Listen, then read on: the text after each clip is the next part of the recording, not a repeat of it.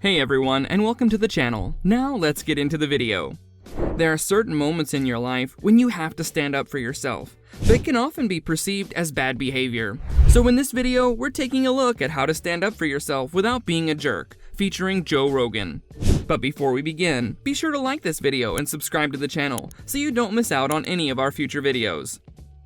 Number 7. Know how to defend yourself. This life has a lot of beautiful things to it. There's a lot of it that's great. And I've chosen to spend more time thinking about the good things. In life, there are many moments that can force one to stand up for themselves, and more often than not, it is not an option. So, if you ever come across such a situation, there are certain things to keep in mind. One of the most important goals in any confrontation is to not come out looking like a jerk. One of the ways that you can achieve this goal is that you can learn how to physically defend yourself. Now, this doesn't mean that you're learning to get into heated arguments with people. It means that learning these skills can end up making you a lot more comfortable when it comes to standing up for yourself. Wondering why other people's success, or wondering why other people are successful, is the refuge of losers. This is because you are aware of the fact that if a person in front of you physically engages you, you can somewhat defend yourself while calming the situation. This is exactly what Joe Rogan once did when he was out on a TV show. During this show, he saw a girl hit another person, and when he confronted her about it, her husband sprang forth and started to get in Joe's face. This led to Joe holding him down while trying to calm the situation. If he hadn't known how to defend himself, he might not have said anything about the situation in the first place. Number 6. Padding your statements. Marcus Aurelius, one of the more interesting things about the stuff that he writes is how relevant it is today. When you're confronting someone, if you just continuously say bad things about them, it will no doubt end up making you a bad guy. But there's a way to avoid this, and that is by padding your statements with nice things. If you start things off by saying nice things about a person, they might not get offended by what follows. It doesn't do any good. It's like, what is that old expression that jealousy is, it's a poison that does the opposite of its intended? Joe Rogan has employed this several times by saying that he loves a person and then going on to insult many things that they have said. Number 5. Speak honestly. You did another joke the other day. I saw you do a joke about licking a ass. It's like licking a battery. I saw a guy do it in Vegas. I go, well, that's where he got it from. The Reverend Bob Levy from the Howard Stern Show. Oh! One of the reasons why people often get into confrontations with another artist is that they speak honestly about something, which then ends up offending the other person. Speaking the truth is a part of life, and as such, this particular action shouldn't be ignored.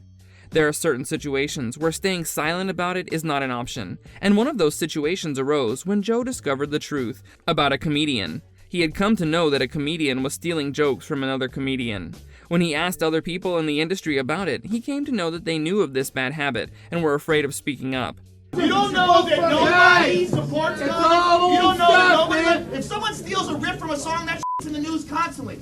Well, Joe didn't stand for that, which is why he ended up confronting him on stage during a show.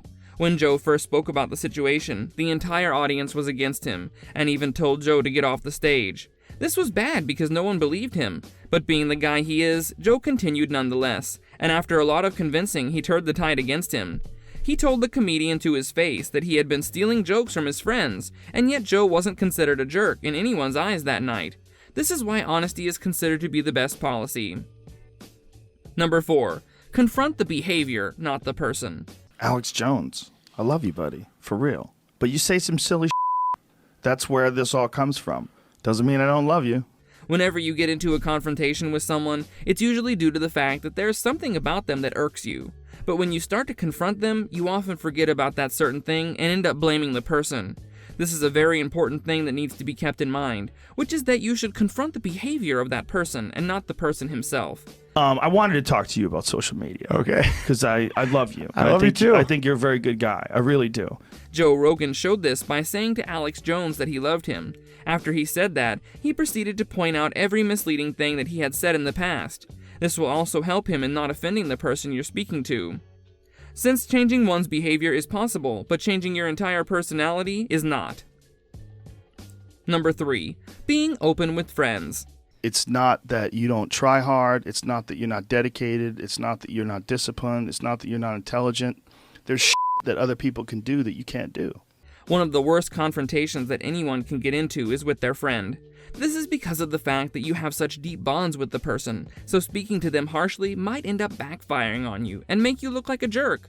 But there are certain moments in life when telling them the truth is much better than letting them continue on the path they're on. But there is a certain way to go about doing that, and Joe Rogan showcased this to perfection. Since he's such a famous celebrity, he has friends in high places, and one of those friends is even involved in the UFC.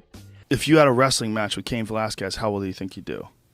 Straight up wrestling? Yeah. I think people would be surprised. Really? You think so? Mm-hmm. One of the wrestlers in the UFC came on his show, and he had been having a hard time in the ring. Joe had realized that he would end up hurting himself very badly if he continued doing what he was doing, which is why he told him all this. He very tactfully asked him about how he thought he would do against a certain player, and then after he gave an answer that Joe didn't agree with, Joe told him that he believed the opposite. In this way, no feelings were hurt, and what he added after that only showed how genuine he was about confronting his friend. Number 2. Sharing your inner thoughts. When you start thinking that the world is flat, the dinosaurs aren't real, all this nutty shit you believe, and you just jump into it with, the problem is, it discredits all these other things that you believe. If you have ever been involved in a confrontation, you will know that being in one doesn't make you happy. On the contrary, it gives you a very bad feeling. This can be due to the fact that you are forcing yourself to speak some harsh truths. Or it can be due to the expectation of being titled as a jerk if you fail to deliver your thoughts perfectly. But one of the hidden truths about all this is that if you just come out and say how you are feeling about a confrontation, you will end up being much more comfortable. This is exactly what Joe Rogan did as well. When he was talking with the UFC athlete, Joe admitted that he didn't enjoy speaking those things about his friend and that it pained him to do so. He said that it sucked that it was coming out of his mouth, but since that was what needed to be done, he did it. By opening himself up to this athlete, he might have calmed any angry thoughts that might have been popping up in his head. In this way, he not only diffused the situation, but also cleared the air about his inner thoughts. Because the other things have some validity to them. You just haven't looked into it. Number 1. Bring forth the reality of the situation. In this world, there's nothing that is completely true or completely untrue. Nothing is black and white, and once you recognize that fact, you will know how to confront others. While he was speaking with his friend, Joe didn't say that he was a bad athlete, and instead he started off by praising his abilities. He said that he was good in the ring, but the real issue was how far he could go in that world before seriously injuring himself. When he showed the athletes the two sides, he came to better understand what Joe was trying to convey to him.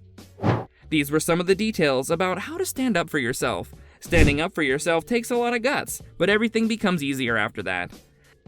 This brings us to the end of our video. I hope you enjoyed it. Hit like if you did, and don't forget to subscribe to our channel so that you don't miss any of our videos in the future. Also, watch the 2 videos that are on your screen because I'm sure you'll love them. With that, I'll see you in the next video.